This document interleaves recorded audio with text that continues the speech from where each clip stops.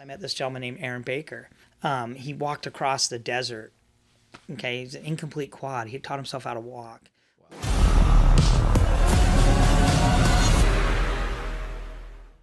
All right, welcome everybody. This is Jean-Paul with the D4A Personal Injury Show, and today I have a special guest, Dr. Shawn DeCloedt, a Simi Valley Chiropractor who owns a practice by the name of Simi Spine and Wellness.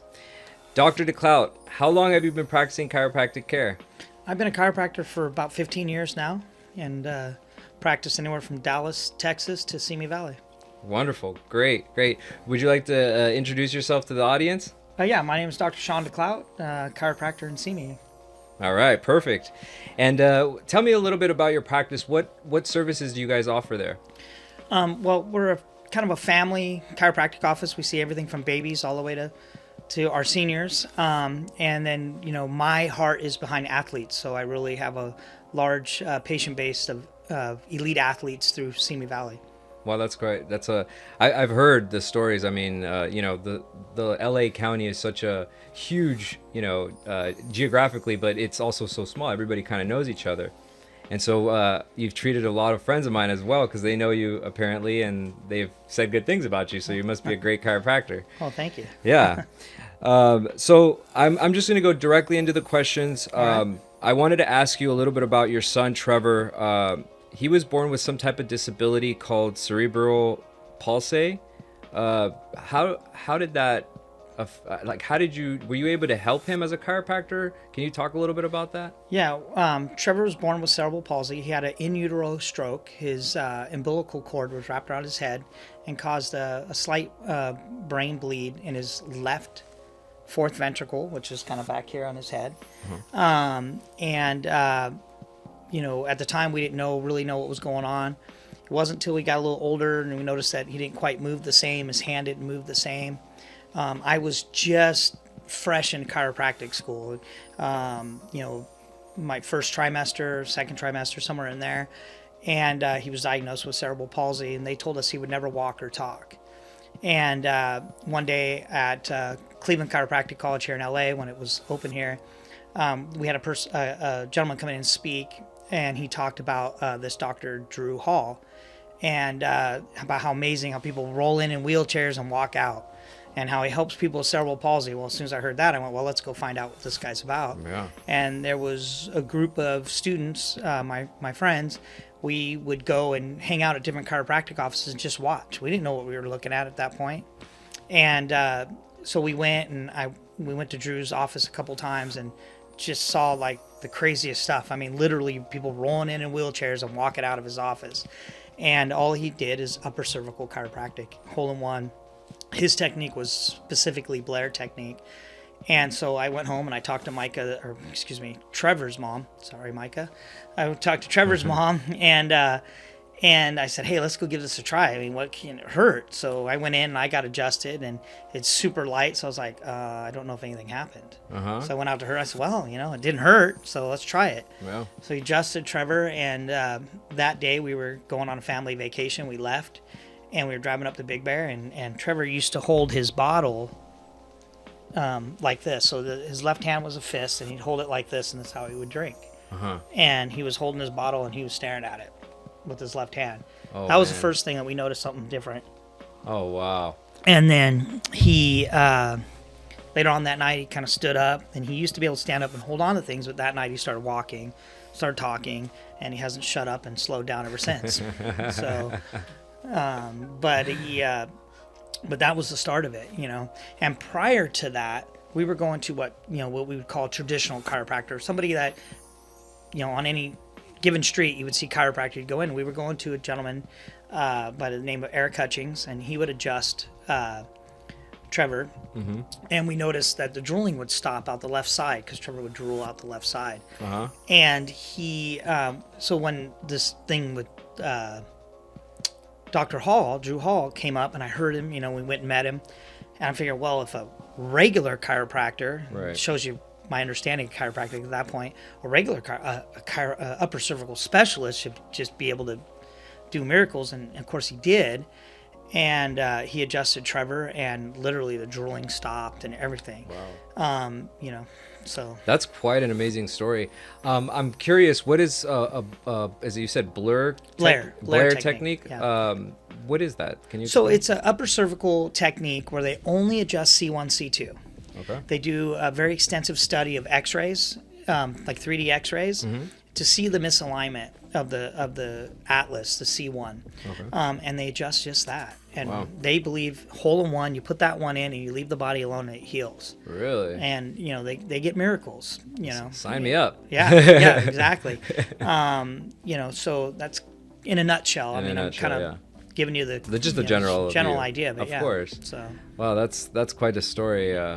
It kind of gives me goosebumps a little bit. I'm sure it was very emotional for you to see, that the hope, to have hope that there's something that's out there that they can, your son can do. yeah, well, I mean, for me, I was actually struggling about quitting chiropractic college. Yeah. And a gentleman, I was actually going to leave and take another job in the action sports industry. And the gentleman at the time said, hey, man, if that happened to your family, you got to finish the schooling and do it. You got to repay it. You got just one family. Right. Again, I hope I've achieved that and more. And that's kind of why I stayed. I saw it, the miracle. You don't get, they have these things in chiropractic called the green books, and written by B.J. Palmer. And all these miracles they talk about in there, and you read them, and as a beginning chiropractic student, you're like, oh, is this fiction or nonfiction? Well, of course it's nonfiction. Right. And when you see it in front of your eyes, you're just like you're convinced you got to do it. Right. So wow. And then is that how you got? How did you get into chiropractic, and like what made you have an interest in chiropractic care? Well, when I was 15, I made the national team for field hockey. And I started playing field hockey. I started having some back problems, and I went to a chiropractor in Thousand Oaks, and he adjusted me, and I thought, oh, that's kind of cool. Made me feel better. Again, I was a teenager, didn't understand it. As I got older, I started working for the Ventura County Sheriff's Department, and I hurt my back pretty severely. I had a 7mm herniated disc. I had what they call quad equine syndrome, which affects all your lower limbs and your bowel and bladder. And I was going to Dr. Eric Hutchings and Dr. Jim Sandberg in Thousand Oaks. And one day, it came to that I wasn't going to be able to go back to being in law enforcement. And I had to make a decision. So I got excited. I said, well, what am I going to do? I'm going to go to law school. Yeah. And I remember distinctly Dr. Sandberg telling me, dude, nobody likes a lawyer, man. And look at all the people you referred to me. If you just did this for yourself, you'd make a good living and you'd be able to help people. Right. And so he set up a visit at Cleveland Chiropractic College. I think it was on a Thursday. I went with my boy's mom. We were married at the time. We went there, we visited, and I signed up that day. The next Monday, I started chiropractic college. Wow. And off and running. Yeah. So yeah. How long did it take for you to get your own practice, or was it just you just did it from the get-go? So when my story gets a little complicated. I started at Cleveland Chiropractic College. I finished at Parker University in Dallas, Texas. And when I got out of school, I actually paired up with a doctor, and I worked in his office for a short period of time. And then I moved back to Southern California, moved back home to Simi, where I was born and raised, and got in a practice with a very amazing sports chiropractor, Dr. Dave Summers. And he took me under his wing. I worked for him for a while, and then he gave me the big brother boot, said, go do it on your own, and off and running I was going. So I've been in practice by myself for about 13 years now. That's quite amazing. Yeah, that's a definitely a good amount of time, and a lot of experience goes through that after so many years, All right, so your son Trevor, it really is quite an amazing story. Please, can you tell me a little bit about his, growing up and how I believe he's an athlete, a pro athlete, or he does cycling? He's a cyclist, yeah. He's okay. an elite cyclist. He's on a break right now. Okay. But he's an elite cyclist. So, about 4 years old, the normal kids around the neighborhood started getting in the bikes, and he wanted to get on a bicycle. And we were a dirt bike family. We rode motorcycles. And so we got him a bike, and he started racing about 4 years old. The amazing thing is we do it as able-bodied people, both hands, both feet. Right. Half his body is partially paralyzed. Huh. So to get that balance, he does all the balance with the right side of his body. Oh, man. And so he started racing BMX, and He started it at DeSoto BMX and USA BMX, and he started there riding at about 4, and he just loved it, loved riding it. And then we moved back from Texas to here, and he started racing at a local track in Simi Valley, Sycamore BMX, and he just took off, and then little brother followed him. But as Trevor raced, it was amazing. He got faster and faster. He would beat able-bodied kids, and he never really told anybody what it was until I was on something like this, and I brought it up, and people are like, Wow. "Oh my God, yeah!" Right. I actually think I did an Instagram post. I said, "My why? Why am I a chiropractor?" And I talked about Trevor's story, and from there, we started doing things. And my best friend Russ Burke, he's a quadriplegic, and he's very active in the community. Injured community, and that led us to meet different people, and from there that led Trevor to talk to a gentleman and said, "Hey man, why don't you get on a road bike? You can go to the Olympics. You can really go to the Olympics." And matter of fact, it just popped up on my Facebook the other day in memory that Trevor started the trip. Our goal was to go to Tokyo 2020, and this happened. He must have been 13, something like that. Right. And Challenge Athletes Foundation in San Diego gave him a bike. Wow. And that just led it. And he started doing velodrome, no brakes in a circle, like NASCAR with no brakes on bicycles. Wow. And, which I can barely ride that bike. It's a fixed gear bike. Yeah. If you stop pedaling, you fall. Oh. Because it's fixed. Uh-huh. So if that rear wheel is spinning, Uh-huh. your feet are moving. Uh-huh. And so he started doing that. And that led to, he got third in the national championships that year in both road. So road bike is like Lance Armstrong, Gotcha. Tour de France. Right. Velodrome is like NASCAR on bikes. He got third that year in both of those disciplines, and he was doing really well. And so we started doing that, and he saw a future in it and started riding. And That's amazing. and it's amazing. Yeah, Yeah. You see it. It's just like, wow, as an able-bodied person, Right. I can ride a bike, but I can't ride a bike like that. That truly is And quite remarkable. And it totally helped from chiropractic. Also, we would adjust his, his whole spine. I would adjust, and we'd see his hand open up. We'd see his foot turn straight. And then from being clipped in on the bikes, it helped his feet, go straight. So he had a normal gait. Wow. Instead of his foot turned in or his hand turned in, it Right. straightened everything out because that cross crawl in your brain Right. helped with it. So, Wow. yeah. Yeah, wow, that's pretty amazing. I was gonna say this, but I wasn't gonna say. But so I'm a big believer. I don't know if this has something to do with training like stability muscles and stuff like that. Like a lot of athletes are really big on it, and I believe that if you work through things enough or you train enough, repetitively, you build these stability muscles that no one really knows about, but yet they're almost like superhuman. Like muscles that you can do things that other people really can't. I don't know if you've ever heard of something like Yeah, that. no. Yeah. Well, what kind of helped with us is, so when Trevor was a baby, he would go to physical therapy, and he absolutely hated it as a young child. Right. And we found that, if we just made it a game, and then we found the BMX, and he just loved that. And then the kids clip their feet in on their Right. pedals, right? Well, if his foot's turned this way and his other foot's this way, but we Yeah. force it and clip his foot in this way, what are we doing? We're retraining that gait. Yeah. So he was doing physical therapy Without realizing. and not yeah. realizing he was just having fun being a kid. We never Right. made him any different than anyone else. And it helped him immensely. Wow. And, like I tell him all the time, I go, you found the love of cycling. You need to do that to keep your body healthy and make your body function normally. And, he knows that, he does it, rides his bike. Rides his bike and everything. Yeah. That's quite amazing. Yeah. Yeah.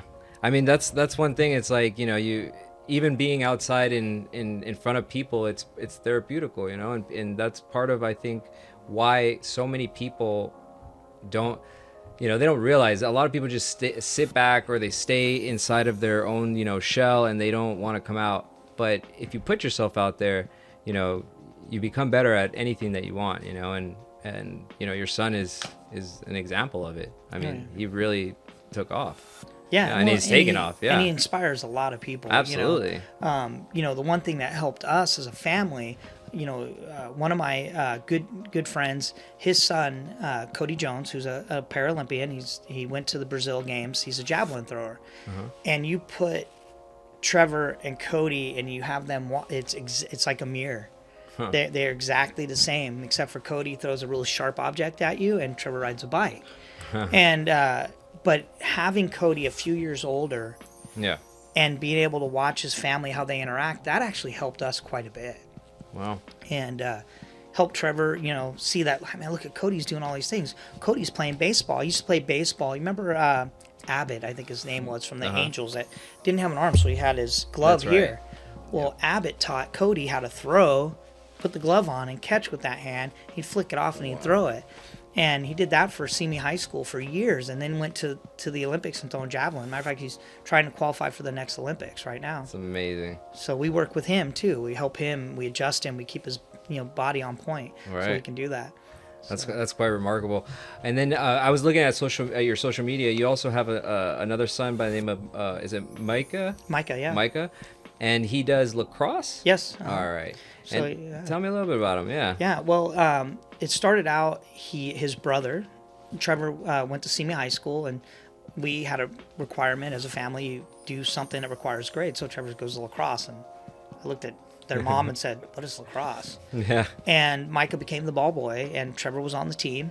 Again, a two-handed sport. Trevor figured it out. Yeah. And Micah became the ball boy and just fell in love with lacrosse. And now he's playing on Simi High School. And he is a varsity player, and he's a 10th grader, sophomore, and he is the starting face-off guy, and he plays lacrosse. He loves it, travels all over the country. We're getting ready to go back east to play back east this summer. He's tentatively going to play in the tournament in San Diego while the World Championships are going on for lacrosse this summer. So, very busy. Did you ever have a hard time getting your boys into sports? No. It was just from the get-go. Yeah. Yeah. They definitely love sports. I'm trying to get, my oldest one is 5 years old, and I'm trying to figure out some kind of sport for him, but he's into robotics and, just putting wires and taking wires out and just kind of, like that engineer mindset. But I'm trying to figure some kind of sport out for him, so. By the time you became a chiropractor and everything, what are some of the challenges that a chiropractor faces on a daily basis when treating patients? Is there any options, or not options, but experiences you can share with new chiropractors that are coming into, the chiropractic care? And, what are some things that, maybe a lot of chiropractors don't talk about? Well, it's challenging right now. You come out of the school and you have to make a decision. Am I a cash practice or am I insurance practice? There's pros and cons to each one of them. So that's one thing a lot of chiropractors don't want to talk about. Most of us are moving to a cash-based practice. Insurance reimbursements just aren't where they were 10 years ago, 20 years ago. And I don't see it getting any better. Right. So that's one thing young chiropractors have to be able to face. The other thing, too, is a lot of chiropractors don't know how to talk to people. Right. You come out, you got book knowledge, and you can have all these big names come out of your mouth and make yourself look smart. Yeah. And your patient's just sitting there looking at you like, what did I say? Right. So the art of talking to people, talking to people in public, and the art of social media, you're really good at that. Thank you. So are you. I like you. I watch your stuff. I'm okay. I just post myself, but it's the key to learn how to communicate people. Right. A lot of people come out of school and they're book smart. They're not people smart. And you got to know how to talk to people and make them feel comfortable with what you're doing and build that trust with them. And if you kind of act arrogant or all-knowing, you just build the trust and be honest with them, and you can tell them you're going to help them. They just want to hear you say, I can help you. Yeah. And know that you can do that. Right. So. And you said I know you mentioned a book earlier, but is there a specific book, or is there any books that you would suggest for, I don't know, maybe patients with spine injuries or how to deal with a spine injury, what to stay away from, what not to do, I mean, I know there's no real specific ones, but is there any books out there that just provide hope for anybody with a spine injury? So a buddy of mine, Aaron Baker, he's very inspirational. He's an incomplete quad. So, we talk about spinal injuries. And in my circle of friends, like I said, my best friend is a quadriplegic. He's the most inspiring person ever. Check him out, Russ on Wheels on Instagram. You want to get your daily dose of feeling good. If you think your life sucks, you got nothing. My buddy, he said he would do it. Everyone goes, would you, if you could fix yourself, would you do it? Yeah. And my buddy's like, no, man, my life's amazing. Yeah. And it's true. I get to, ride his coattail and get to go do some really cool things. But through Russ, I met this gentleman named Aaron Baker, and he's written books and made movies. He walked across the desert. Okay, he's an incomplete quad. He taught himself how to walk. And if you watch his movie, Coming to My Senses, it talks all about how his sister painted his nails, and he would look at the, well, first he was pissed at his sister for painting his nails. So I watched the movie, I don't want to steal it. But she painted it down, and he'd sit there and go, move the red toe, and then it started moving. He's not supposed to walk, and he walks and everything. And, his movie and his new book that he just came out with is amazing.